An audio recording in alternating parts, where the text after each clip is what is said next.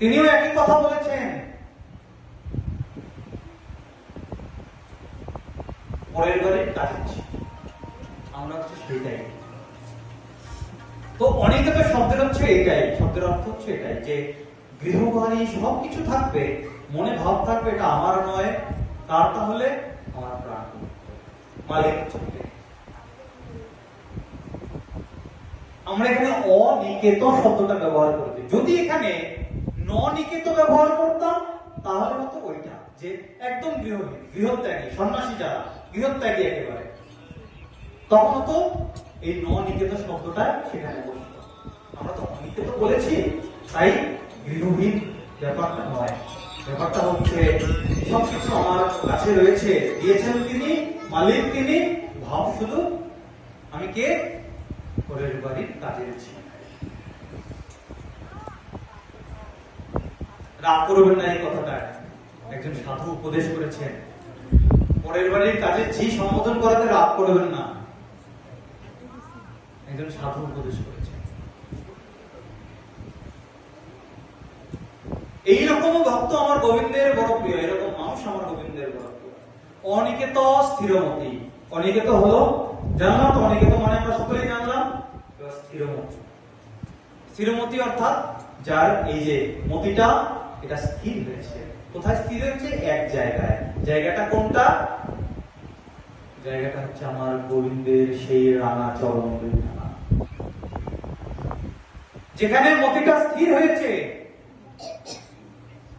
এই স্থির শব্দে আরো একটা কথা বলছেন, এই বিশ্ব সংসারের মধ্যে, এই বিশ্ব সংসারের মধ্যে যিনি স্থির হয়ে এক জায়গায় তিনি বিরাজমান রয়েছেন, কে তিনি? আমার ভগবান যিনি স্থির এই বিশ্ব সংসারের মধ্যে, সবকিছু চলমান, সবকিছু অনিত্য, নিত্য শুধু একমাত্র আমার গোবিন্দ। যার মতিটা স্থির হয়েছে, স্থিরমতি, সেই রকম মানুষ, সেই রকম ভক্ত আমার গোবিন্দ। ভক্তিমান মে প্রিয় নর, সেই রকম নর, সেই রকম মানুষ আমার বড় প্রিয়।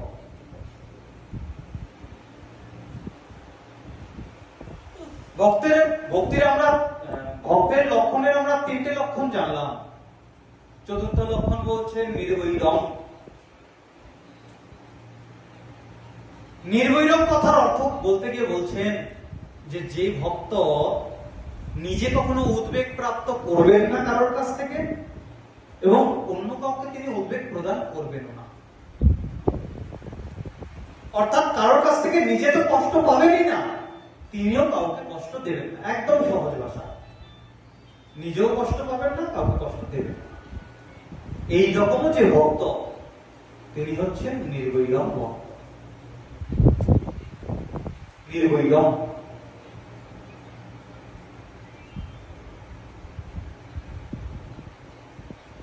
ভক্তকে কিন্তু, একজন সাধককে কিন্তু অনেক রকম কটূক্তি শুনতে হয়, কথা শুনতে হয়, তবু তিনি মনের মধ্যে কিছু না রেখে ক্ষমা করে দেন সেই ব্যক্তিজনদেরকে। এটা হচ্ছে সাধুর গুণ। একটা প্রসঙ্গ আমরা যারা নিত্য শুনছেন তারা জানেন, আমি বলেছিলাম আগেও, নবদ্বীপের গৌরকিশোর বাবার কথা।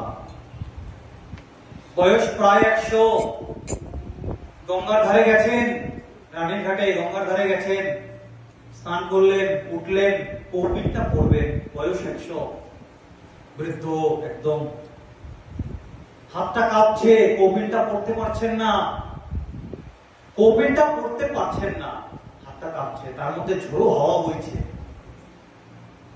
সেই সময় নবদ্বীপের একজন বদমাস ব্যক্তি, নাম জগদীশ মিত্র, সেই সাধুকে বলছে যে তুমি তো বড় অসভ্য, সামনে মহিলারা স্নান করছে আর তুমি অসভ্যতা করছো। সাধু বলছেন, বাবা বয়স হয়েছে তো, তার মধ্যে হাওয়া বইছে, কপিটা পড়তে পারছি না, উড়ে উড়ে যাচ্ছে বারবার। জগদীশ মৈত্র বলছেন, নিজের চরিত্র খারাপ আর দোষ দিচ্ছ তুমি বাতাসের। হ্যাঁ, যেই না বলা, সাথে সাথে সাধুর গালে জগদীশ মৈত্র একটা চর বসিয়ে দিলেন। দেখেন, বললাম না সাধুর গুণ, ক্ষমা করা সাধুর গুণ। জগদীশ মৈত্রকে কিচ্ছু বললেন না, বললেন, জগদীশ মৈত্র তুমি আমার কত বড় বন্ধু, বন্ধু বলেই তো তুমি আমাকে শাসন করলে। তুমি যদি আমার বন্ধু না হতে, তুমি যদি আমার গার্জিয়ান না হতে, অভিভাবক না হতে, তুমি কি আমাকে শাসন করতে? চিন্তা করো না জগদীশ, আজকের পর থেকে আমি আর গঙ্গায় স্নান করতে আসবো না, চিন্তা করো না। চলে গেলেন সাধু। জগদীশ মিত্র মনে মনে ভাবছে, আচ্ছা দিয়েছি আজকে সাধুকে। বেশিক্ষণ সময় লাগে নাই, বাড়ি শুধু পৌঁছেছেন, সারাটা শরীর যন্ত্রণায় হাহাকার করে চিৎকার করতে করতে বিছানায় লুটিয়ে পড়লেন। যন্ত্রণায় কাতরাচ্ছেন। বাড়ির লোক খবর পেলেন তিনি এইরকম কর্ম করে এসেছেন গঙ্গার ঘাট থেকে। বাড়ির লোক সাধুর কাছে গেলেন, সাধুকে বললেন, আপনি তাড়াতাড়ি চলুন, জগদীশ মৈত্র তিনি কাতরাচ্ছেন ব্যথায়। সাধু দেখুন, সাধুর বললাম না, ক্ষমাটা সাধুর গুণ। তিনি কিচ্ছু চিন্তা করলেন না। তিনাকে যে একটা চর মেরেছে, আমার মতো একজন ব্যক্তি হলে সেই চরের বদলা নেবার জন্য আমি কত কিছু করে ফেলতাম। সেই সাধু কোনো কিছু চিন্তা না করে জগদীশ মৈত্রের বাড়ি গেলেন। বাড়ি গিয়ে জগদীশ মৈত্রের শরীরটা বুলিয়ে দিচ্ছেন আর মহাপ্রভুকে বলছেন, মহাপ্রভু তুমি আমার জন্য একে এত কষ্ট দিও না, এত কষ্ট।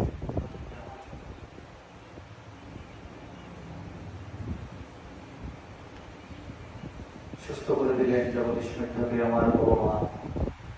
সাধু বলেছেন, না, প্রথমেই বললাম না, ভগবানের কথার থেকে সাধুর কথার দাম অনেক গুণ বেশি। জগদীশ মৈত্রের শরীরটা ভালো হলো, সাধুর চরণে পড়ে গেলেন, ক্ষমা চাইলেন। এই ক্ষমা করাটা হচ্ছে সাধুর গুণ। তাই নির্বৈরম ভক্তের লক্ষণ, সাধুর লক্ষণ। নিজে কারোর থেকে কষ্ট পাবেন না আর কাউকে তিনি কষ্ট দেবেন না, এটা তিনার সংকল্প।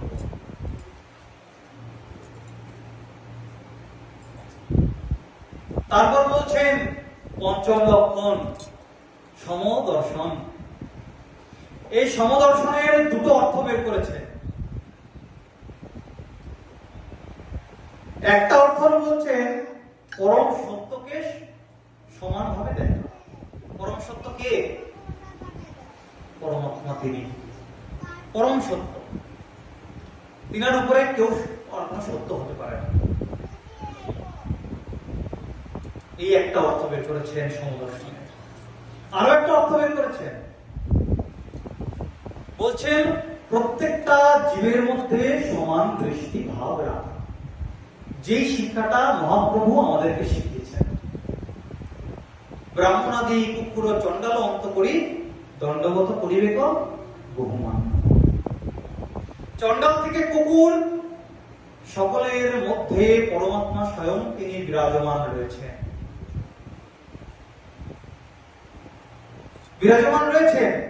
এবং আমাদেরকে এই শিক্ষাটা দিয়েছেন যে প্রত্যেকের মধ্যে পরমাত্মা তিনি বিরাজমান তো রয়েছেন, প্রত্যেককে সমান ভাবে দেখতে হবে।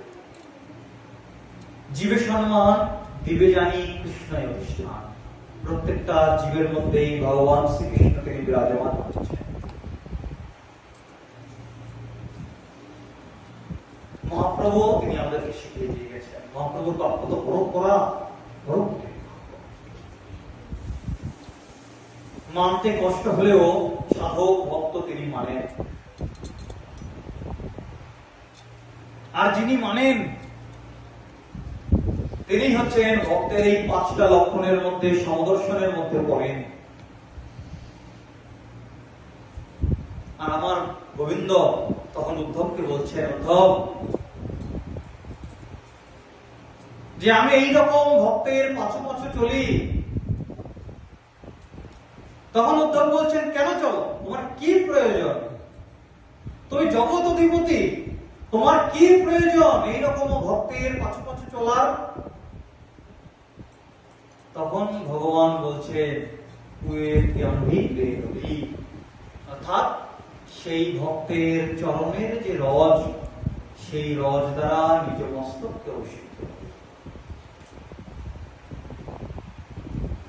ভগবান ভক্তের চরণরজকে মাথায় ধারণ করে। শাস্ত্রে বলেছেন, আমি আমার মন গড়া কথা বলছি না, ভাগবতে বলেছেন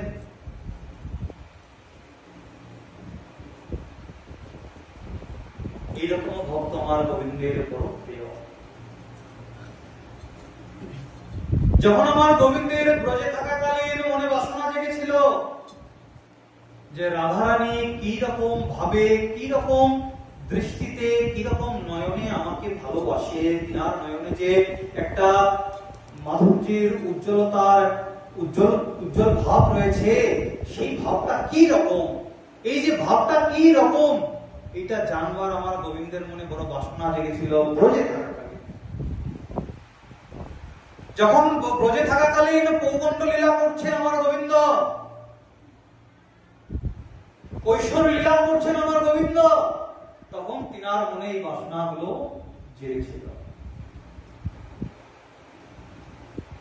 6 থেকে 9 পৌগণ্ড লীলা, আর 9 থেকে 11, 12 এর মধ্যে যখন আমার গোবিন্দের বয়স, কৃষ্ণের বয়স, কৈশোর লীলা তিনি করেছেন। এই পৌগণ্ড এবং কৈশোর লীলায় তিনার মনের মধ্যে এই বাসনা জেগেছিল যে আমার রাধারানী আমাকে ভজনা করে কতটা আনন্দ পায়, কতটা সুখ পায়, আমারও বড় জানতে ইচ্ছা করে। তখন সমস্ত ব্রজ সুন্দরীগণ বলেছেন যে কৃষ্ণ, তুমি ব্রজে থাকাকালীন এই বাসনাটা তোমার পূর্ণ হবে না। তখন আমার গোবিন্দ বলছেন, তাহলে কিভাবে পূর্ণ হবে? তখন ব্রজ সুন্দরীগণ বললেন, যখন তুমি আমার রাধারানীর ভাবকান্তিকে অঙ্গীকার করে কলিযুগের পাবন ভূমিতে অবতার গ্রহণ করবে, তখন তুমি শ্রীমতী রাধারানীর যে অন্তরের যে এইরকম ভাব, তোমার মাধুর্য উপভোগ করে আমার রাধারানী কতটা আনন্দ পায়, সেই আনন্দটা তুমি তখনই বুঝতে পারবে যখন তুমি আমার শ্রীমতী রাধারানী, আমার বৃষভানু নন্দিনী রাধারানী, আমার মহাভাব স্বরূপিণী শ্রীমতী রাধারানীর ভাবকান্তিকে অঙ্গীকার করে ধারণ করে কলিযুগের পাবন ভূমিতে যখন আমার পৌষে আবির্ভূত হবে, সেই ভাব তখন তুমি অনুভব করবে।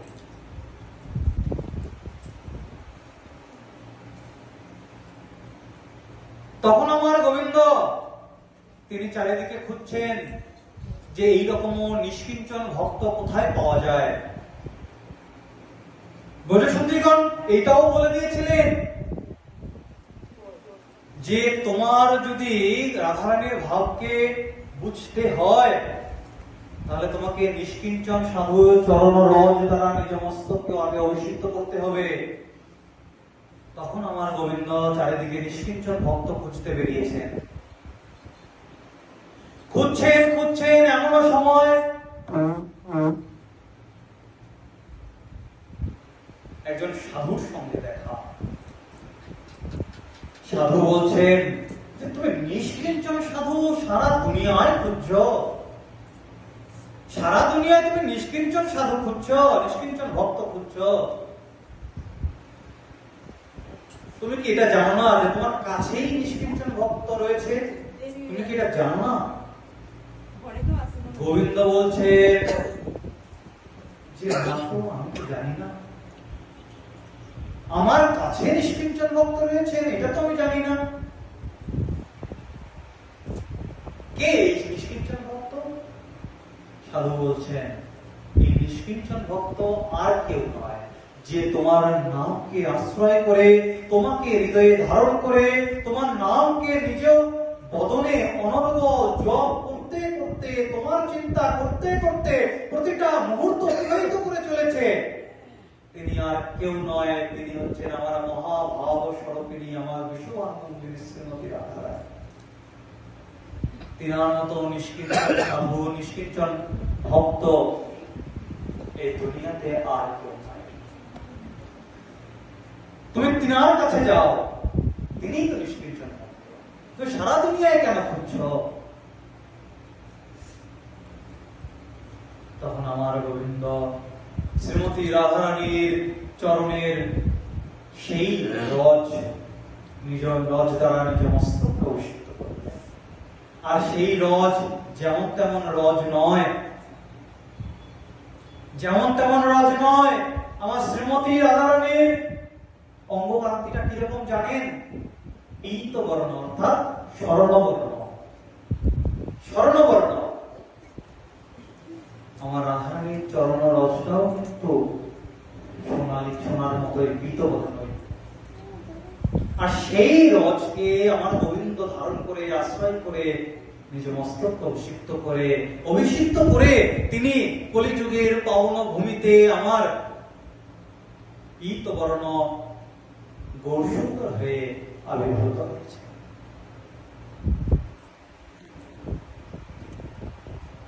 তিনার অঙ্গকান্তিটা কিন্তু পীতবর্ণ, ভিতরে ভাবটা গোবিন্দ। তাই বলেছেন রাধা কৃষ্ণ মিলিত বিগ্রহ আমরা করছি। রাধার অঙ্গকান্তিটাকে আমার মহাপ্রভু নিয়ে এসেছেন। আর অন্তরের যে ভিতরটা কৃষ্ণময়। কৃষ্ণ নিজে স্বয়ং ভেতরে রয়েছেন, বাইরেটা অঙ্গকান্তিটা। এই জন্য তিনাকে পীতবর্ণ বলা হয়েছে। পীতবর্ণ রূপ ভগবান। আমরা ভক্তের 5টা লক্ষণের কথা এইরকম ভাবে শুনলাম। এইরকম ভক্তের আমার গোবিন্দ পাছু পাছু চলেন। এইরকম লক্ষণগুলো একমাত্র নিষ্কিঞ্চন ভক্তের মধ্যেই থাকবে। এই 5টা লক্ষণ একমাত্র নিষ্কিঞ্চন ভক্তের মধ্যেই থাকবে।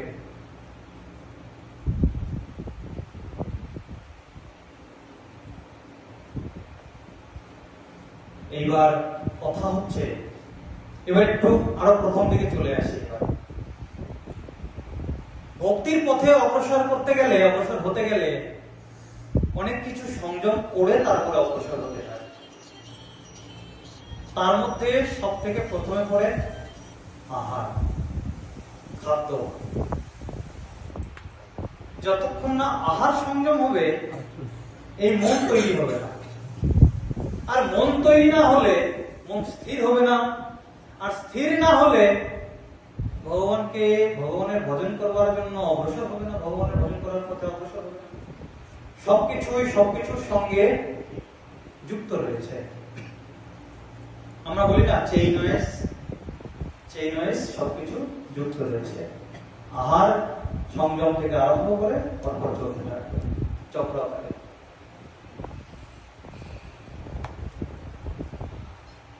তাই বলছেন আহার সংযমটা সর্বপ্রথম গুরুত্ব দিয়েছেন। গাছ কি বাঁচে না? আপনারা বলবেন গাছ কি বাঁচে না? কামারের যে হাপড়টা, সেটা কি শ্বাস নেয় না? নেয় তো। কুকুর কি খায় না? খায় না। সে কি বাচ্চা দেয় না? দেয় তো নাকি? তার মধ্যে প্রাণ আছে, আমার মধ্যেও প্রাণ আছে। 4টে প্রাণী আমাদেরকে, অর্থাৎ এই মনুষ্য জাতিটাকে প্রণাম করে। 4টে প্রাণী।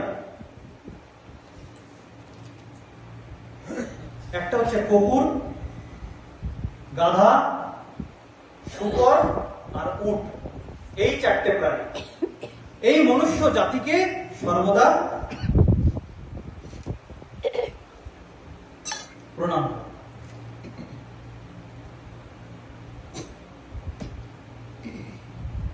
কুকুর বলে যে আমি একটু খাবারের জন্য সকলের দাঁড়ে দাঁড়ে ঘুরে বেড়াই, কখনো খাবার পাই, কখনো লাথি খাই। তুমি মানুষ, কত আশ্চর্য লাগে তোমাকে দেখলে। কি হলো, হঠাৎ সকলের একসাথে কাছে শুরু হলো কেন?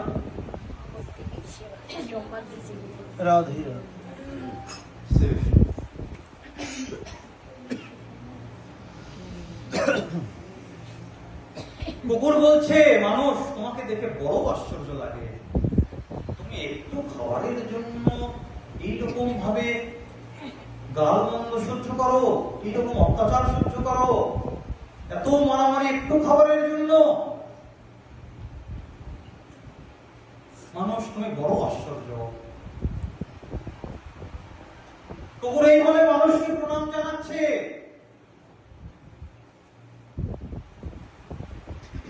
তারপরে গাধা বলছে, মানুষ তুমি তো বড় মহান, তুমি তো কত মহান।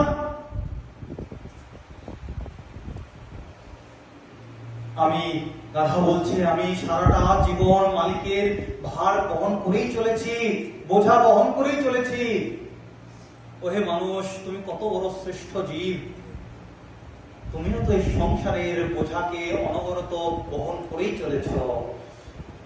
ক্ষণকালের জন্য সেই বোঝাকে নিজের মাথা থেকে নামিয়েছ না। হে মানুষ, তুমি বড় শ্রেষ্ঠ। এই বলে গাধা প্রণাম জানাচ্ছে। উট বলছে, আমি মরুভূমিতে থাকি, কাটা চিবাই, কাটা চিবাতে গিয়ে আমার মুখ থেকে রক্ত বেরোয়, কত ভালো লাগে সেই কাটা চিবাতে আমার। আমি মনে করি কাটার কি স্বাদ, কাটা কি সুন্দর খেতে। কিন্তু আসলে তো কাটার কোনো স্বাদ নাই। স্বাদ তো হচ্ছে কাটা যখন চিবাচ্ছে তার মুখ থেকে যে রক্ত বেরোচ্ছে, সেই রক্তের স্বাদটাকে কাটা চিবানোর স্বাদ মনে করছে। হে মানুষ, আমি কাটা চিবাই, তুমিও তো ওই সংসারের মধ্যে থেকে বিষয় আশয় রূপ কাটা অনবরত চিবিয়ে চলেছ, ভোগ করে চলেছ। মানুষ, তুমি কত শ্রেষ্ঠ জীব, তোমাকে প্রণাম জানাই। শুকর বলছে, আমার সামনে এক গামলা মিষ্টি রেখে দিলে, মিষ্টির রস রেখে দিলে, আমি তার মধ্যে গিয়ে লুটোপুটি খাবো না, আমি সেই ড্রেনের নোংরা জলের মধ্যে গিয়েই আমি পড়ব। মানুষ, তুমি শ্রেষ্ঠ জীব। রাধা গোবিন্দের প্রসাদে তোমার কোন রকম আসক্তি নাই, তোমার আসক্তি রয়েছে অমেধ্য খাবারের মধ্যে। মানুষ, তুমি শ্রেষ্ঠ জীব।